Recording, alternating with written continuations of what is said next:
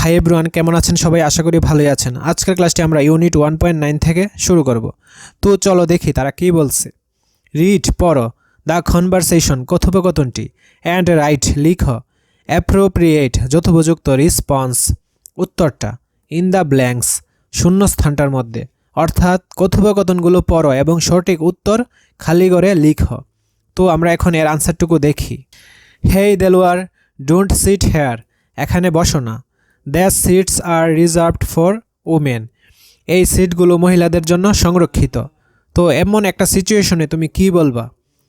Sorry, দুঃখিত, I haven't seen the notice, আমি নোটিশটা দেখতে পারিনি, ঠিক আছে। Then don't break the line, লাইনটা ভঙ্গ করো না। Always stand in queue, queue অর্থ কি? সারি, অর্থাৎ সারির মধ্যে দাঁড়াও। এমন পরিস্থিতিতে তুমি কি বলবা? সরি, দুঃখিত। ইট ওন্ট হ্যাপেন এগিন, এটা আবারও হবে না। তারপর সি নাম্বারটা দেখি। ইউর ফেস টেলস ইউ, তোমার মুখ বলছে। ডোন্ট রিমেম্বার মি, তুমি আমাকে চিনতে পারোনি বা আমাকে তোমার স্মরণ নাই। উই ওয়ার ক্লাসমেটস, আমরা সহপাঠী ছিলাম। এমন পরিস্থিতিতে তুমি বলবা, ওহ হাউ ফরগেটফুল অফ মি, আমি কত ভোলামন বা কিভাবে আমি তোমাকে ভুলে গেলাম। ইউ আর সিফাত, তুমি হও Sifat. If I remember you correctly, আমি যদি সঠিকভাবে অনুমান করে থাকি। তারপর hello son, how are you, কেমন আছো তুমি? এখন দেখো, হ্যালো সন হচ্ছে ফর্মাল এক্সপ্রেশন এবং how are you informal expression. তো আমরা সাধারণত এরকম এক্সপ্রেশনের শিকার হই ঘনিষ্ঠজনদের সাথে। এমন পরিস্থিতিতে তুমি কি বলবা? হেই মাই আঙ্কেল, ও হে আমার আঙ্কেল। আম ফাইন, আমি ভালো আছি। I hope you are also fine, আমি আশা করি তুমিও ভালো আছো। অ্যাট লাস্ট, সরি ফ্রেন্ড, দুঃখিত বন্ধু। আই অ্যাম গেটিং লেট, আমার দেরি হয়ে যাচ্ছে। আই নিড টু গো, আমাকে যেতে হবে। তো এমন পরিস্থিতিতে তুমি কি বলবা? ইটস অল রাইট, ঠিক আছে। সি ইউ লেটার, পরে দেখা হবে। তো ক্লিয়ার? এখন আমরা পরবর্তী অংশটা দেখি। ইউনিট 1.10 দেখি, ঠিক আছে। রিড পড়ো, দ্য কনভারসেশনস কথোপকথনগুলো, এগিন পুনরায়, অ্যান্ড রাইট লিখো, টি ফর ট্রু সেন্টেন্স, অর্থাৎ ট্রু হলে টি লিখো, and F for false sentence, false হলে এফ লিখো। One is done for you, একটার আনসার দেওয়া আছে। দেখো এ নাম্বারটা, ঠিক আছে, এর আনসার দেওয়া আছে। দেখি কি বলছে। ইউ মাস্ট গ্রিট, তোমাকে অবশ্যই অভিবাদন জানাতে হবে বা শুভেচ্ছা জানাতে হবে। অ্যান্ড এবং গিভ দিতে হবে থ্যাঙ্কস, ধন্যবাদ। হয়েন যখন ইউ টক টু সিনিয়র্স, যখন তুমি বড়দের সাথে কথা বলবা। তো এই সেন্টেন্সটি ট্রু, এই ক্ষেত্রে আমি কি দিব? টি দিব। দেন বি নাম্বারটা দেখি।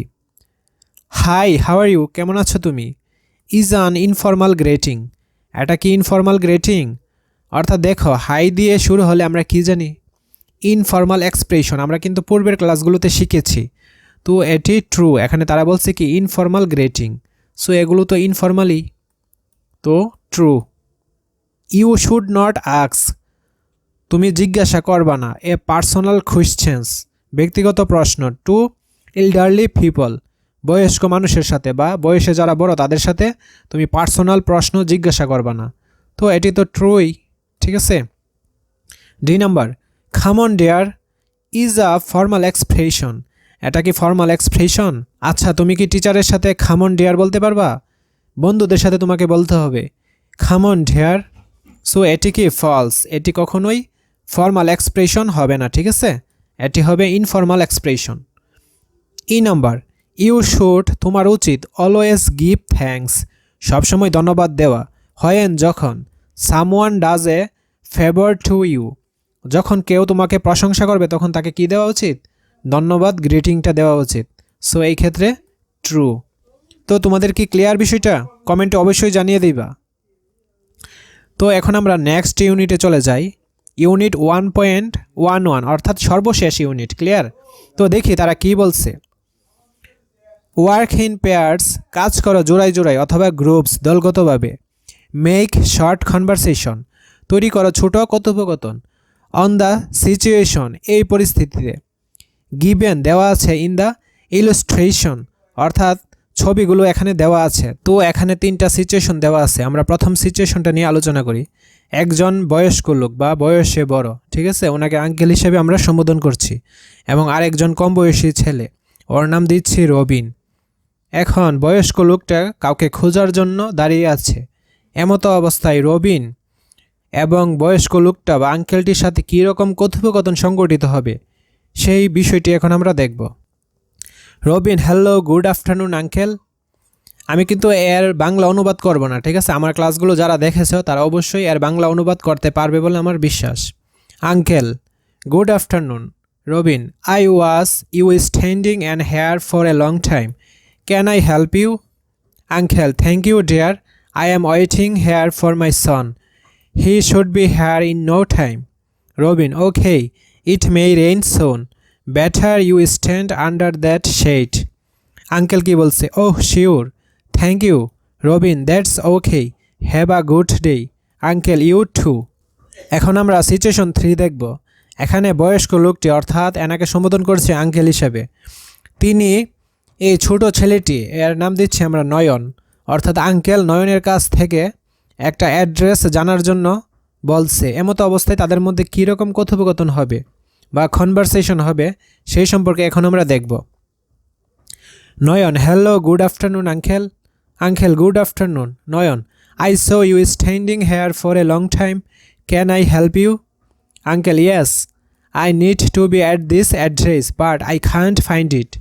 নয়ন: that's easy, go straight and then turn left, this house should be the third on your right side. Uncle: thank you. Nayan: you are welcome.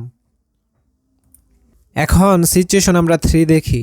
এই মেয়েটির নাম দেওয়া হচ্ছে সামিয়া এবং এই ছেলেটির নাম দেওয়া হচ্ছে বিজয়। তো সামিয়া মূলত করোনা সিচুয়েশনের জন্য পড়ালেখা ভালোভাবে করতে পারেনি। এর জন্য সামিয়া কি করছে? বিজয়ের কাছ থেকে হেল্প চাচ্ছে। এমতো অবস্থায় তাদের মধ্যে কী রকম কথোপকথন সংঘটিত হবে সেই বিষয়টা এখন আমরা দেখে নিই। Bijoy: hey, what's up Samia? Samia: not much. Bijoy: why are you so worried? Samia: I had to go to the village home because my school was so close due to corona situation. Bijoy: oh, I know. Samia: my exam is near but preparation is not good. Bijoy: can I help you on your study? Samia: I have a need for help within English and mathematics. Bijoy: of course, I will try my best. Samia: thank you. Bijoy: you are welcome. তো তোমাদের কি বিষয়টি clear হয়েছে? আজকের ক্লাসটি এই পর্যন্তই। পরবর্তী ক্লাসটি আমরা ইউনিট 2 থেকে শুরু করব। তো যারা চ্যানেলটি এখনও সাবস্ক্রাইব করেন নাই তারা অবশ্যই চ্যানেলটি সাবস্ক্রাইব করে রাখুন। ইতিমধ্যে এই চ্যানেলে অনেকগুলো বিষয়ের উপরে ভিডিও তৈরি করা হয়েছে। যারা দেখোনি তারা দেখে নিজেদের স্কিল ডেভেলপ করে নিতে পারো। Thank you everyone.